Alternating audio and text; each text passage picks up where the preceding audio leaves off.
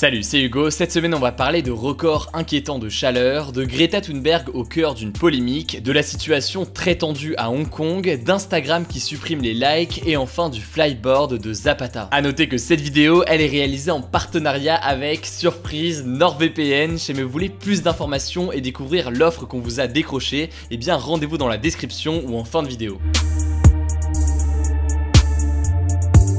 Notre première actualité, c'est donc les records de chaleur. Il n'a jamais fait aussi chaud sur Terre depuis 2000 ans. Autrement dit, les températures n'ont jamais été aussi élevées, n'ont jamais grimpé aussi vite et touché autant de continents. C'est le résultat d'études publiées dans Nature et Nature Geoscience, deux revues scientifiques réputées, et ces études affirment que 98% de la surface de la planète vit sa plus chaude période depuis 2000 ans. En fait, nos instruments de mesure modernes, ils ne couvrent que les 150 dernières années, et du coup, pour arriver à cette conclusion, eh bien, les scientifiques ont utilisé 700 indicateurs climatiques pour reconstruire les variations de température des 2000 dernières années. Au-delà du fait que ce réchauffement est inédit, les conclusions de ces études montrent que ce réchauffement, il n'est pas naturel. Historiquement, les variations climatiques ont pu s'expliquer par des facteurs naturels comme les éruptions volcaniques par exemple, mais cette fois-ci, eh bien, ce n'est pas le cas. Vous l'aurez compris, ce sont donc les activités humaines qui sont responsables de ce changement, et si jamais vous voulez plus d'informations sur le sujet, eh bien, vous le savez probablement, j'ai réalisé une vidéo spécifiquement là-dessus. Une petite fiche s'affiche en haut à droite si jamais vous voulez la voir. En tout cas, cette semaine, des records de chaleur ont été battus, notamment en Europe, avec 40,4 degrés aux Pays-Bas,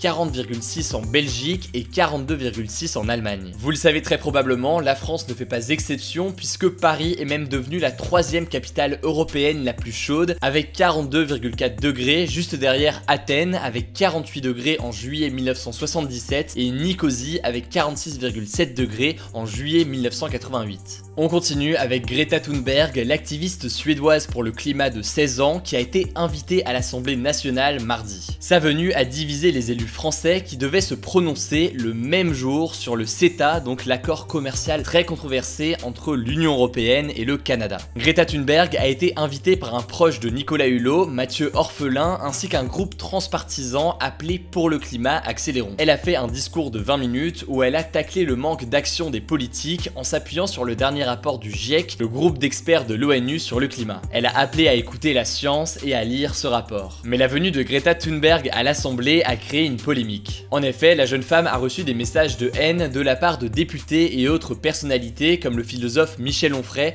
qui l'a traitée de cyborg suédoise. Pour résumer, beaucoup l'accusent d'être manipulée et la décrédibilisent à cause de son âge. On retrouve cette même opposition chez certains députés et particulièrement chez les républicains, avec certains membres qui avaient appelé au boycott de la prise de parole. Mais pour ses défenseurs, au contraire, eh bien Greta Thunberg représente et porte un message pour la jeunesse puisqu'elle a été à l'initiative des marches pour le climat qui ont lieu chaque vendredi, et puis elle se base aussi sur des faits scientifiques et est donc tout à fait légitime. En tout cas, en parallèle, l'après-midi, les députés ont voté pour l'accord de libre-échange entre le Canada et l'Union européenne, le CETA. Lundi, l'ex-ministre de la Transition écologique Nicolas Hulot avait appelé les parlementaires à avoir, je cite, le courage de dire non à ce traité qui risque à ses yeux d'ouvrir la porte à des substances dangereuses par un abaissement des normes sanitaires. Bref, logiquement c'est un sujet qui est très important et on continuera à le couvrir dans les prochains jours sur YouTube et aussi évidemment sur Instagram dans les résumés quotidiens de l'actualité qu'on poste chaque soir. Pour notre troisième actu, on parle de Hong Kong. On en a déjà parlé, depuis début juin, des rassemblements ont lieu à Hong Kong, et Hong Kong c'est une région administrative spéciale de la Chine. En gros, c'est une région qui n'a pas une indépendance totale, notamment sur les questions de diplomatie et de défense. Les Hongkongais protestent contre un projet de loi qui a été suspendu pour le moment, mais ce projet de loi, il avait pour objectif de faciliter le transfert de suspects vers la Chine continentale pour y être jugés. En gros, ça peut être le transfert des 7 millions d'habitants de Hong Kong ou alors de ressortissants étrangers qui sont de passage. Ces manifestations anti-gouvernement chinois et plus largement pro-démocratie durent depuis plus de 7 semaines. Dimanche dernier, les manifestants ont attaqué le bureau de liaison de la Chine à Hong Kong et l'emblème national chinois a alors été souillé d'encre noire. Or, plus tard dans la journée, eh bien des hommes habillés en blanc et pour certains équipés de bâtons ont fait irruption dans un train où ils ont attaqué des passagers qui revenaient de la manifestation. Ils ont également passé à tabac une journaliste qui diffusait un live des événements. Bilan, 47 blessés, et dans un premier temps, le gouvernement a annoncé que cette attaque est d'origine mafieuse, mais en réalité, l'attaque est suspecte puisque la police a mis plus d'1 heure à arriver sur place et dans un premier temps, personne n'a été mis en examen. Dans la foulée, les anti-gouvernements ne tardent pas à trouver des connexions entre les soi-disant mafieux qui ont tabassé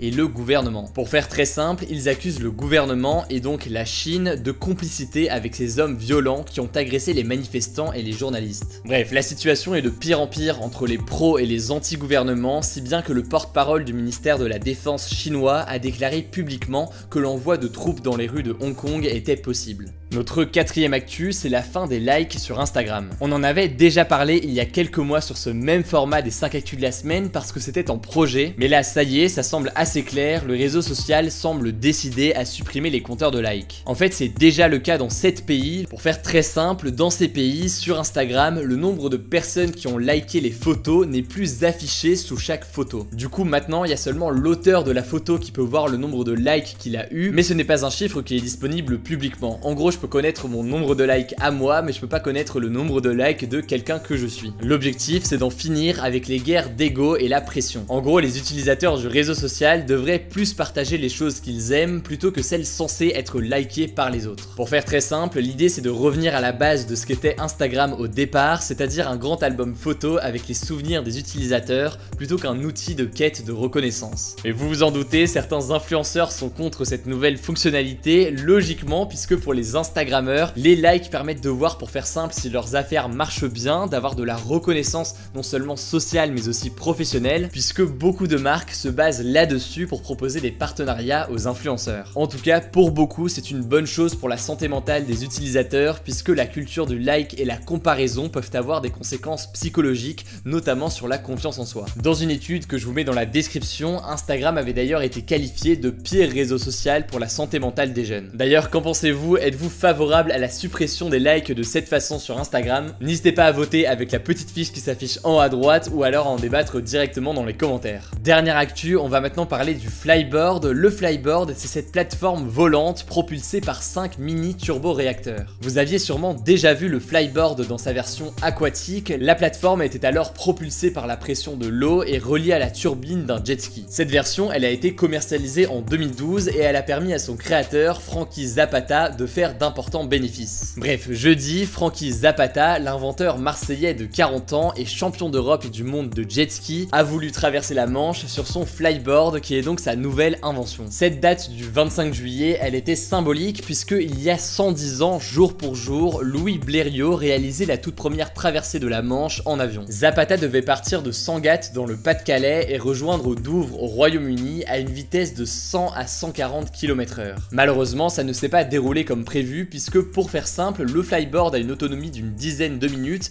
impossible donc de traverser la Manche d'une traite. Or, en voulant se ravitailler en kérosène, eh bien il est tombé. Bref, en tout cas, malgré cet échec de traversée de la Manche, eh bien Frankie Zapata avait eu l'occasion de présenter son invention lors du 14 juillet et ça intéresse l'armée. En 2018, il a obtenu un financement de l'armée à hauteur de 1,3 million d'euros et selon la Direction Générale de l'Armement qui a été contactée par France Info, eh bien le ministère des Armées réfléchit, je cite, aux usages, au type de mission qui pourrait être envisagé avec ce type d'aéronef. Bref, après son échec, Zapata a annoncé jeudi qu'il tenterait à nouveau de traverser la Manche en flyboard la semaine prochaine. Du coup, pas d'inquiétude, on vous tiendra au courant, notamment sur Instagram. Je vous l'ai dit, cette vidéo, elle est réalisée en partenariat avec NordVPN. Si vous ne connaissez pas, c'est un logiciel que vous installez sur votre ordinateur ou votre téléphone et qui vous permet de chiffrer votre trafic sur internet et masquer votre identité. C'est très utile et même quasiment indispensable, notamment si vous vous connectez à une Wi-Fi publique comme au McDo ou dans une gare. En effet, un hacker qui passe dans le coin peut potentiellement avoir accès à vos données personnelles relativement facilement et typiquement si jamais vous faites un achat en ligne avec un Wi-Fi public, et bah c'est mieux de se protéger. Enfin, et c'est probablement ce qui va le plus vous intéresser, vous pouvez même masquer votre identité en choisissant dans quel pays vous voulez apparaître. Bon, pas besoin de déménager, rassurez-vous, c'est juste les sites qui penseront que vous êtes dans un autre pays. C'est cool pour être incognito, pour prendre des billets d'avion, de train ou d'hôtel moins chers parce qu'on n'est pas traqué par le site de comparateur, mais ça permet surtout de mater des séries pas encore sorties en France, comme sur Netflix US, je pose ça là, je sais que ça peut intéresser certains d'entre vous. Vous avez peut-être entendu parler de VPN gratuits, d'ailleurs peut-être que certains d'entre vous en utilisent un, mais les logiciels gratuits présentent pas mal de risques en matière de protection des données et ralentissent souvent votre connexion internet. Bref, pour tester NordVPN, c'est très simple, grâce à moi vous avez 75% de réduction et un mois gratuit sur l'offre 3 ans, du coup c'est le moment de vous protéger, le lien est dans la description. En tout cas, je remercie encore NordVPN de soutenir la chaîne avec ce partenariat. C'est aussi grâce à eux qu'on peut vous proposer tout ce contenu, donc ça fait plaisir. En tout cas, vous le savez, pour tous ces sujets, on va vous tenir au courant dans les jours à venir sur Instagram, dans les résumés quotidiens de l'actualité qu'on poste tous les jours à 18 h. C'est la meilleure façon d'être informé efficacement et facilement. Le nom du compte c'est Hugo Decrypt, donc pensez à vous abonner si jamais c'est pas encore le cas. Écoutez, je crois que j'ai tout dit, pensez à vous abonner à la chaîne YouTube si jamais c'est pas encore le cas.